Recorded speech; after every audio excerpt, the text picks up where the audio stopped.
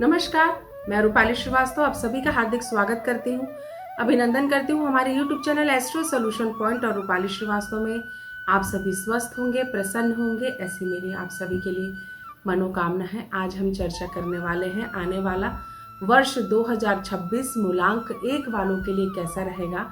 तो मैं आपके बता दूं कि जिनका जन्म 1, 10, 19 या 28 तारीख को होता है उनका मूलांक 1 होता है। मूलांक 1 से प्रभावित व्यक्ति को सूर्य ग्रह का आशीर्वाद प्राप्त होता है। उनका प्रतिनिधित्व ग्रह सूर्य होता है। ये बहुत जिद्दी स्वभाव के होते हैं, इन्हें गुस्सा बहुत जल्दी आता है। राजनीतिक क्षेत्र में ये अपनी विशेष रुचि रखते हैं। साथ ही साथ वह नेतृत्व क्षमता इनके जीवन का विशेष गुण होता है, लेकिन कई बार ये अपनी ज़्यादा गुस्से के कारण भी निगेटिविटी का शिकार हो जाते हैं। इनका जो फेवरेबल कलर होता है वो लाल होता है। इनका रत्न माणिक होता है। तांबा इनका धातु होता है।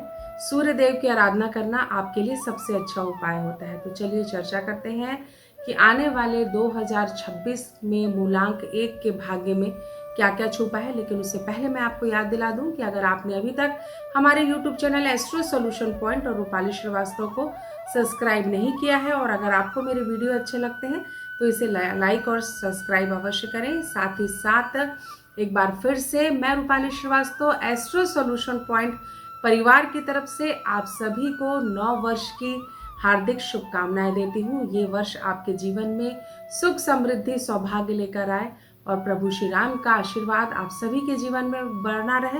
इन्हीं शुभकामनाओं के साथ चर्चा करते हैं मूलांक 1 के विषय में। तो जो मूलांक 1 है उनका जो 2026 का मूलांक है वो भी 1 होने वाला है, एक ही है। तो ये जो वर्ष है वो सूर्य ग्रह को प्रतिनिधित्व करने वाला है। तो आपके भाग्य में आपको काफ़ी सकारात्मक परिणाम आपको प्राप्त हो सकते हैं। वह चीज़ें आपके पक्ष में आएंगी, लेकिन स्वास्थ्य वर्ष भर आपका खराब रह सकता है। इस बार आपको छाती से रिलेटेड प्रॉब्लम आ सकती है, हार्ट से रिलेटेड प्रॉब्लम आ सकती है। साथ ही साथ नसों से संबंधित आपको प्रॉब्लम आ सकती है और कोई न्यूरो प्रॉब्लम भी आपको आ सकती है। तो आपको स्वास्थ्य के प्रति बिल्कुल इस वर्ष लापरवाही नहीं करना है, क्योंकि कर्म और भाग्य और स्वास्थ्य में अगर मैं देखूं तो आपके भाग्य का सपोर्ट तो आपको इस वर्ष मिलेगा, लेकिन कहीं ना कहीं स्वास्थ्य का सपोर्ट आपको नहीं मिल पाएगा। पति पत्नी के मध्य वर्ष भर विवाद की स्थिति बने रहेगी। किसी न किसी बात को लेकर आप झगड़ते रहेंगे। संतान पक्ष को लेकर भी आपको काफ़ी चिंता लगी रहेगी और संतान के भविष्य को लेकर भी आप काफ़ी व्यथित हो सकते हैं। घर में मांगलिक कार्य नहीं हो रहे हैं, इसके कारण भी आपका मन विचलित हो सकता है, परेशान हो सकते हैं। पैसे का लेन देन इस वर्ष बहुत ज़्यादा सोच समझ कर करें, पैसा आपका फंस सकता है। भाग्य तो आपके अनुरूप है और आपका साथ भी देगा, लेकिन सही व्यक्ति का चुनाव करना आपके जीवन के लिए बहुत ज़्यादा आवश्यक होगा। सोच समझ कर जीवन में नया इन्वेस्टमेंट करें, नए कार्य की शुरुआत करें। आपके साथ इस वर्ष धोखा हो सकता है। पारिवारिक वातावरण ठीक रहेगा। अगर परिवार में किसी भी विषय को लेकर विवाद हो रहा है या होने वाला है तो इस स्थिति को टालने का प्रयास करें, ये आपके लिए घातक हो सकता है। शत्रु आप पर प्रभावी होने का प्रयास करेंगे, लेकिन कहीं ना कहीं स्थिति आपके पक्ष में रहेगी। लेकिन विवाद की स्थिति ना आने दें, नहीं तो आपके लिए ये वर्ष काफ़ी संघर्षमय हो सकता है। कैरियर की दृष्टि से ये वर्ष आपके लिए अच्छा है, लेकिन स्वास्थ्य की दृष्टि से मैं कहूँगी कि आपको पूरे वर्ष सावधानी रखनी है। आदित्य हृदय स्तोत्र का पाठ करें, प्रतिदिन सूर्य को जल चढ़ाएं, साथ ही साथ अच्छा कर्म करें, किसी के बारे में बुरा ना सोचें और कोशिश करें कि जितना ज़्यादा आप भला कर सकें लोगों का आप भला करें।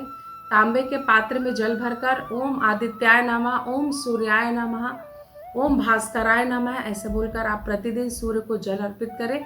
इससे आपको सूर्य देव का आशीर्वाद प्राप्त होगा और आपके जीवन में समस्याओं का अंत होगा। अगर आप भी परेशान हैं, विपरीत परिस्थितियों के साथ संघर्ष कर रहे हैं और अपनी किसी प्रॉब्लम का आप मुझसे सलूशन चाहते हैं, तो आप स्क्रीन पर दिखाए हुए नंबरों पे कॉल कर मुझसे अपॉइंटमेंट ले सकते हैं। जीवन में कई बार हमको ऐसा लगता है कि चीज़ें हमारे परिस्थितियां हमारे अनुरूप नहीं हैं, लेकिन इसी परिस्थितियों से बाहर निकलने के लिए हमें अपने आत्मबल और आत्मनियंत्रण पर नियंत्रण करते हुए जीवन में आगे बढ़ना पड़ता है और चीज़ों को अपने पक्ष में करना पड़ता है। तो स्वस्थ रहें, प्रसन्न रहें। इन्हीं शुभकामनाओं के साथ मैं रूपाली श्रीवास्तव आप सभी को एक बार फिर से आने वाले 9 वर्ष की हार्दिक शुभकामनाएं देती हूँ। नमस्कार, जय श्री राम।